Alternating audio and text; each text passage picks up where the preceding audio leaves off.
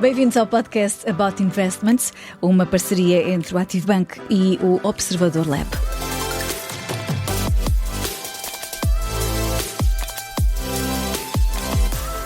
Porque o Active Bank é o banco que simplifica, vamos fazer isso mesmo, vamos simplificar temas complexos. Vamos transformar temas que impactam a vida financeira de empresas e empreendedores em conversas claras e simples. O meu nome é Ana do Carmo e no outro microfone está a Carolina Campos Dias, associada coordenadora da área de fiscal na Sociedade de Advogados PLMJ. Faz assessoria de clientes nacionais e internacionais há mais de 10 anos. Equilibra o trabalho exigente, mas desafiante e que adora, com uma curiosidade amadora por arquitetura e pela forma como os espaços influenciam o nosso dia-a-dia. Parecendo que não, nos dias da Carolina ainda há espaço para tempo de qualidade com a família e os amigos. Carolina, noutro episódio falamos de arquitetura. Neste episódio hoje vamos falar sobre fiscalidade, custo ou estratégia. Olá, bem-vinda. Olá, Ana, bem-vinda. Muito obrigada pelo convite. Carolina, vamos começar por clarificar o tema do episódio de hoje. Ou seja, se por um lado olhamos para a fiscalidade como um custo inevitável, a verdade é que ela também pode ser encarada como estratégica, é isso? Sim, é isso mesmo. Acho que conseguimos aliar os dois pilares e é isso que também vamos procurar desmistificar hoje. É verdade que a fiscalidade é um custo inevitável e deve ser também encarado como um encargo, uma obrigação e, por outro lado, ou por um lado, ainda bem que é assim se pensarmos que a fiscalidade incide ou se faz notar mais quando nós temos um rendimento, quando uma empresa tem um lucro. E, portanto, há sempre aqui um aspecto... Há quem diga demasiado positivo, mas eu gosto de olhar para ele assim. Mas isto para dizer que sim, é um encargo, é um custo, é uma obrigação que temos de cumprir.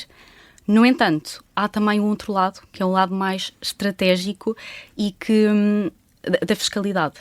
Porquê?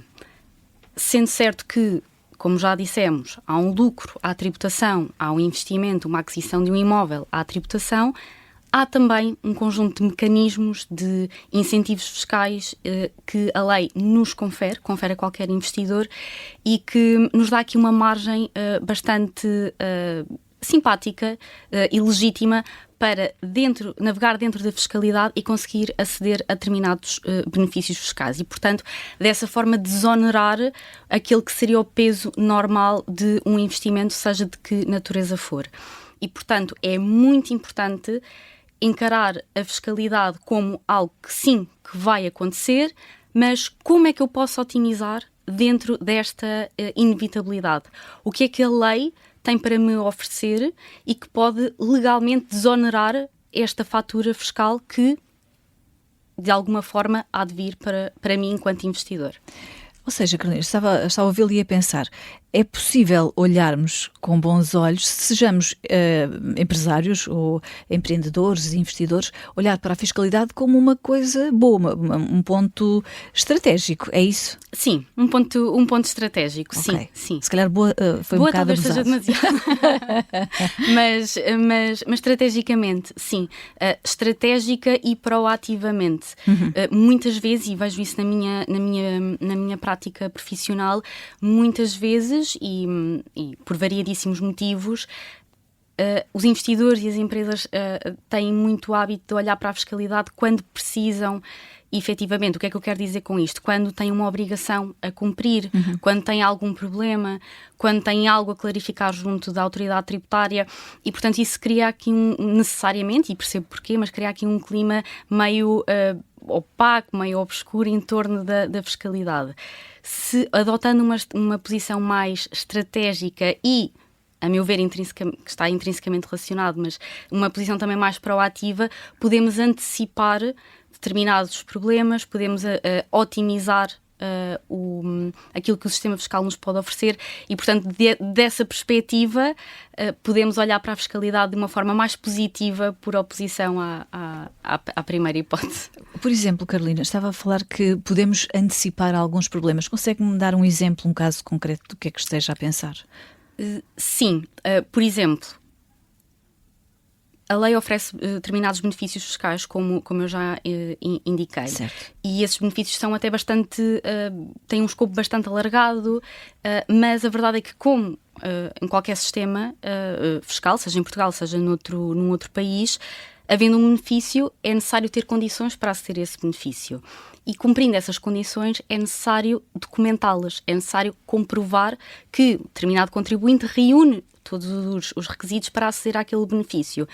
E muitas vezes, e isto acontece muito, os empreendedores individuais e através de empresas têm de facto essas condições, reúnem-nas, mas às vezes há um déficit de prova, de documentação das condições. Okay. E, portanto, de forma preventiva e proativa também, arquivar e conservar documentos que comprovem o cumprimento dessas condições evita problemas. E temos uma situação em que, por um lado, acede a um benefício e, por outro, se a autoridade tributária questionar o meu acesso a esse benefício, e atenção que aqui questionar não é um fatalismo, como eu costumo dizer, é algo normal, é normal a autoridade tributária questionar se estão reunidas as condições, e nesse âmbito eu, contribuinte, tenho tudo ao meu dispor, tenho no meu dossiê fiscal todos os documentos que me permitem comprovar que cumpri a lei e portanto, não há aqui surpresas que seriam menos simpáticas. Lá está, aquela abordagem estratégica. Exatamente. Aqui a fazer-se notar. Carolina, nesta questão da abordagem estratégica da fiscalidade, há uma fase certa em termos de negócio para aparecer? Se tivesse de indicar uma fase certa, seria logo no início. Claro. Logo no início. Portanto, e porquê? Porque às vezes é importante, há negócios que são desenvolvidos de uma forma que pode ser mais otimizada quando temos em vista não necessariamente nortear o investimento em função da fiscalidade, mas se calhar desenhar de uma forma que torna ainda mais claro ou mais clara a possibilidade de aceder a um determinado benefício fiscal. Porque eu falo sempre em benefícios porque é a parte mais vantajosa da fiscalidade. E, portanto, fazer isso desde o início dá clareza, evita custos também, custos que inevitavelmente surgem quando essa organização é feita posteriormente e, portanto, eu diria que no início de um investimento, de uma estruturação, seria o ideal para olhar para a fiscalidade. Dito isto, não sendo sempre possível, por variadíssimos motivos, nunca é tarde para olhar e, portanto, ao longo da vida de um investimento, seja de que natureza for, é sempre bom olhar para a fiscalidade para ver de que forma é que o negócio, a empresa podem ser otimizados. E, de facto, e agora vou dar aqui também uma perspectiva muito prática, eu tenho vindo a verificar ao longo dos anos que as empresas e também os investidores individuais estão cada vez mais alerta para esta possibilidade. Muitas vezes temos empresas a pedir-nos, olhem, façam um diagnóstico à minha situação fiscal, façam uma revisão dos meus procedimentos, vejam o que é que está a ser bem feito, o que é que pode ser otimizado e, portanto, eu vejo isto com especial agrado porque, de facto, mostra, ou para mim, evidencia uma consciência cada vez maior das empresas para o compliance e 2, para a forma de otimizar aquilo que o sistema fiscal lhes pode oferecer e, portanto, acho que é uma ótima abordagem. Mas o mesmo é válido também para os investidores individuais, não é? Sim. É tentar essa otimização. Exatamente, sim. Também para investidores individuais.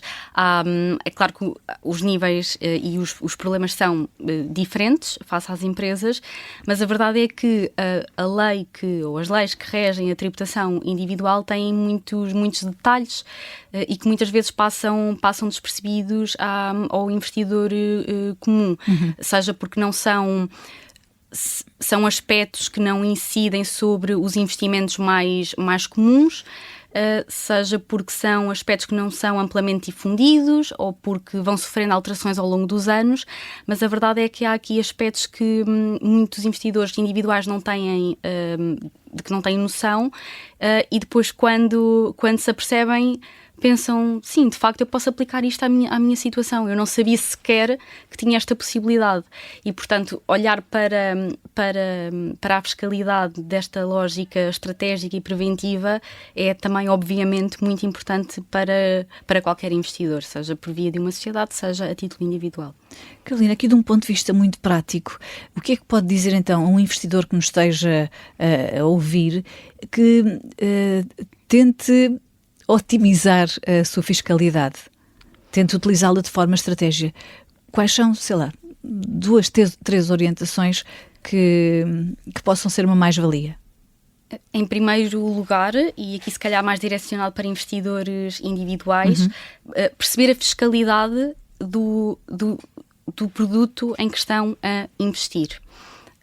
Muitas vezes, por exemplo, há investidores em ações e há muitos detalhes relacionados com a tributação de dividendos, que são tipicamente os rendimentos que decorrem da detenção de ações e de participações sociais. E há aqui detalhes associados à empresa a que respeita essa participação, se está em Portugal, se está no estrangeiro, se possa ou não englobar esses dividendos e de que forma é que esse englobamento me pode favorecer a minha situação fiscal. Portanto, há aqui uma série de detalhes que estão relacionados com o enquadramento fiscal do investimento e concretamente do rendimento que decorre desse investimento, de que as pessoas se devem informar em traços genéricos, mas é muito importante perceber, ok, eu se calhar vou agora ter este rendimento, mas eu ouvi dizer ou disseram-me, ou informei-me antes deste investimento que há aqui algo que me pode favorecer ou pode desonerar um bocadinho a fiscalidade associada a este rendimento. Deixa-me recuperar. E, portanto, acho que a informação é tudo, em particular no que respeita à fiscalidade associada a investimentos. Ou seja, só resumindo, antes de fazer um investimento, convém estudar o produto em que está a investir. Exatamente, sim. E a fiscalidade associada. Exatamente, sim. Direcionando um bocadinho mais para empresas, diria o mesmo. Portanto, acho que a informação também é tudo. Obviamente que no que respeita a empresas, a complexidade aumenta um bocadinho e, portanto, essa informação é absolutamente essencial. Manter a documentação de tudo aquilo que tem vindo a ser feito pela própria empresa, todos os investimentos, todas as operações é essencial. Portanto, acho que é o meu principal conselho para evitar problemas. Ok, temos aqui boas diretrizes, mas imagine que há um investidor que não nos está a ouvir. Que erros é que essa pessoa poderá cometer e quais são as consequências desses erros? Porque do erro também se aprende, não é? Exatamente. Então vamos tentar aqui explicar o que é que não se deve fazer, que não é uma boa prática. O que não é uma boa prática, desde logo, não declarar rendimentos de fonte estrangeira. Muitas vezes esses rendimentos são sujeitos à retenção na fonte, no país de origem, e há acho que cada vez menos, mas ainda há uma ideia mais ou menos generalizada de que não é preciso declarar. E não há aqui às vezes más intenções, é apenas desconhecimento e portanto, isso é errado. E é uma má prática, portanto, devem sempre declarar. A falta de documentação. Eu sei que isto parece algo bastante simples, mas a verdade é que há muitos problemas que poderiam ser evitados. Frequentemente. Sim, na prática mesmo, é muito frequente. E, portanto, ter relatórios de investimentos, de rendimentos, relativamente pelo menos aos últimos 4 anos, é absolutamente essencial para apresentar caso sejam questionados. Portanto, quando falamos em investimentos, são as principais más práticas que aponto e que são relativamente simples de mudar. Portanto, deixamos aqui duas orientações, 2 conselhos muito válidos para quem nos está a ouvir e está a pensar em investir. Carolina, com as mudanças constantes na legislação fiscal, o que é que quer empresas, quer investidores individuais devem fazer para estarem preparados e usar a fiscalidade a seu favor? Se calhar, começo eu, Carolina, estar atentos ao que a legislação traz de novo, não é? Sim, desde logo. Isso é fundamental. É fundamental. A legislação fiscal muda com muita regularidade e não só a propósito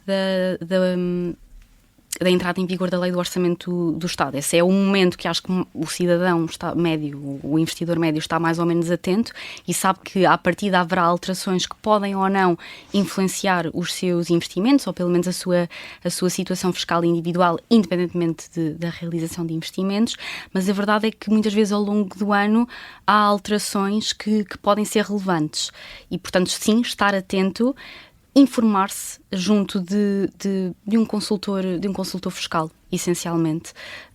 Há muita informação na internet que ou está incompleta e, no mínimo, desatualizada. Portanto, esta proliferação de alterações faz com que a informação disponível na internet esteja muitas vezes desatualizada e está, de facto. E, portanto, isso às vezes leva a uma duplicação, ou uma multiplicação, melhor dizendo, de erros, de ideias erradas que depois vão sendo transmitidas e, portanto, acho que acima de tudo é informação vinda de quem está de facto a par das alterações, que acompanha e que percebe o impacto prático dessas alterações, que tem uma visão transversal, uma visão 360 e que consegue perceber o impacto prático e efetivo das alterações legislativas. Ou seja, recorrer a um consultor sem qualquer pudor, porque, enfim, informação é tudo, não é? Sim, completamente. Informação credível, para mais. Completamente, informação credível, até porque estamos a falar acho que isso aplica a todas as áreas da vida, mas a verdade é que, quando falamos de fiscalidade, uma informação incorreta pode trazer-se muito dinheiro. Exato. Portanto, em liquidações adicionais, com juros e eventualmente coimas, portanto, isso é de evitar.